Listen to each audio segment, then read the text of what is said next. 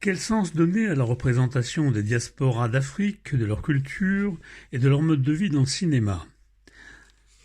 D'abord, qu'est-ce qu'une diaspora? Selon la plupart des encyclopédies, une diaspora est la dispersion d'un peuple à travers le monde, loin de sa terre ancestrale. Actuellement, au XXIe siècle, selon l'ONU, la diaspora représente plus de 600 millions de personnes, soit presque 10% de la population mondiale. Sur le plan étymologique, le terme diaspora vient du grec spore, qui signifie semence, et de fait, les diasporas sèment leur culture, là où elles s'établissent. Aujourd'hui, en plus du sujet de ce colloque focalisé sur l'Afrique, les diasporas relèvent de nombreuses cultures, arméniennes, kurdes, juives, tamoules, etc. Concernant les diasporas originaires d'Afrique, aux Antilles et aux Amériques, le cinéma est un vecteur de connaissance, de mémoire, de résistance et d'équilibre mental. Je citerai quelques exemples, mais d'abord, je pense à un savant africain dont le livre « Nation nègre et culture » m'accompagne depuis des années. Je cite « Formez-vous, armez-vous de science jusqu'aux dents et arrachez votre patrimoine culturel. » Fin de citation. Ceci, c'est Cheikh Anta Diop qui l'écrivit. Et le cinéma, n'est-ce pas un de ces patrimoines qu'il convient d'arracher? Je pense au film « Devine qui vient dîner », une œuvre de résistance élaborée dans les années 60, bien avant que les États-Unis d'Amérique n'élisent leur premier président afro-américain. Cette œuvre remarquable, dans laquelle Sidney Poitier tient une place essentielle, est sortie en 1967. Un an plus tard, le 4 avril 1968, l'un des leaders symboliques du mouvement américain des droits civiques et prix Nobel de la paix, le pasteur Martin Luther King, est assassiné à Memphis, dans le Tennessee. Or, l'une des répliques du film est celle d'une cuisinière qui demande si c'est le révérend Martin Luther King que l'on attend. Le film pose deux questions rebelles, celle des mariages mixtes d'une part et celle de la progression sociale des Afro-Américains d'autre part. En 1983, le premier film d'Eusen Palcy, adapté du roman de Joseph Zobel, Rue Cazenègre, permet de comprendre la dure vie des ouvriers agricoles surexploités en Martinique dans les années 1930. Ce film met en valeur aussi l'importance de l'instruction. Un personnage essentiel, la grand-mère, Mantine, incite son petit-fils José à se concentrer sur sa scolarité afin de ne pas passer sa vie à travailler dans les champs de canne à sucre. Il y a un enjeu à exprimer l'identité des diasporas africaines par le cinéma.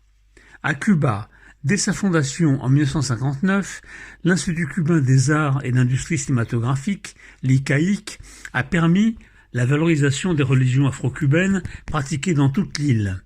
La Regla de Oshun et le Palo Monte ont trouvé leur place sur les écrans. Et il n'est pas anodin que l'un des premiers films du XXIe siècle produit par l'ICAIC soit en 2001 Du miel pour Oshun, d'Humberto Solas. Par ailleurs, le cinéma cubain rappelle la contribution essentielle des guérilleros afro-cubains, Mambi, à la guerre d'indépendance contre l'Espagne. Le film de Joseph Massip, intitulé Baragua, sorti en 1986, a pour figure centrale un général afro-américain révolutionnaire, franc-maçon, Antonio Maceo y Grajales, héros de l'histoire cubaine, mort au combat en 1896. L'histoire occultée des diasporas est réveillée par le cinéma. Ainsi, en 2004, le film du Guadeloupéen Christian Lara, intitulé 1802, l'épopée guadeloupéenne, rappelle la résistance de Delgrès, Ignace, Solitude et leurs camarades au cri de « Vivre libre ou mourir », alors que Napoléon Bonaparte remet en place l'esclavage, aboli par la Première République française en 1794. Or, les livres d'histoire des programmes officiels ne sont guère prolixes en analyse sur le rétablissement de ce crime contre l'humanité. Comme l'expliqua l'incorruptible président Thomas Sankara, on peut tuer un homme, mais pas des idées. Cette phrase s'applique aux proclamations écrites de Delgrès. Réciproquement, les images de l'Afrique arrivant aux Antilles et aux Amériques procèdent d'un autre élément de cet échange.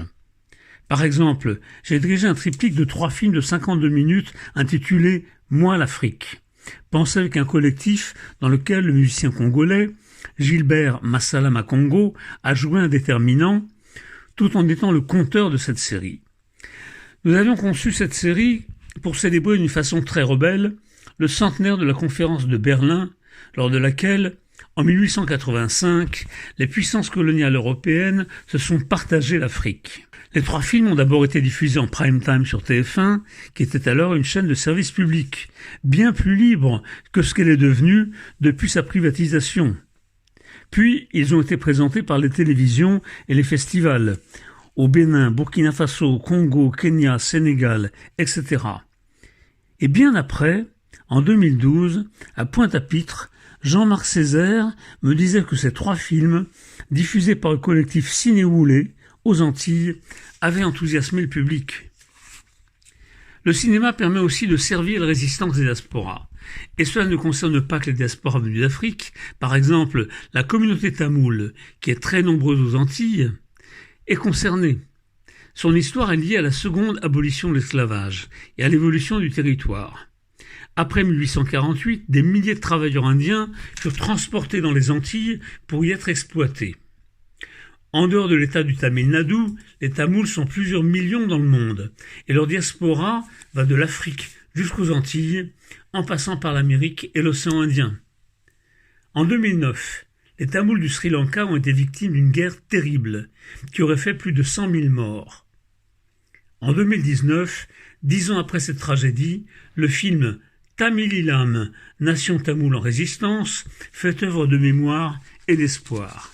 L'expression de diaspora, notamment de diaspora africaine, par le cinéma, est au cœur de plusieurs festivals. Ainsi Vue d'Afrique, qui, au Canada, focalise principalement depuis 1984 ses programmations sur des créations venues de l'Afrique et de toutes ses diasporas. Pour conclure, je citerai le professeur Pierre Baquet, qui fut en 2019 le parrain des rencontres cinématographiques de la mission Cinéma Caraïbes. Dans son abécédaire artistique, constitué de 27 films, il pose la question « Le cinéma peut-il changer le monde ?» Il conclut « Il peut y contribuer ».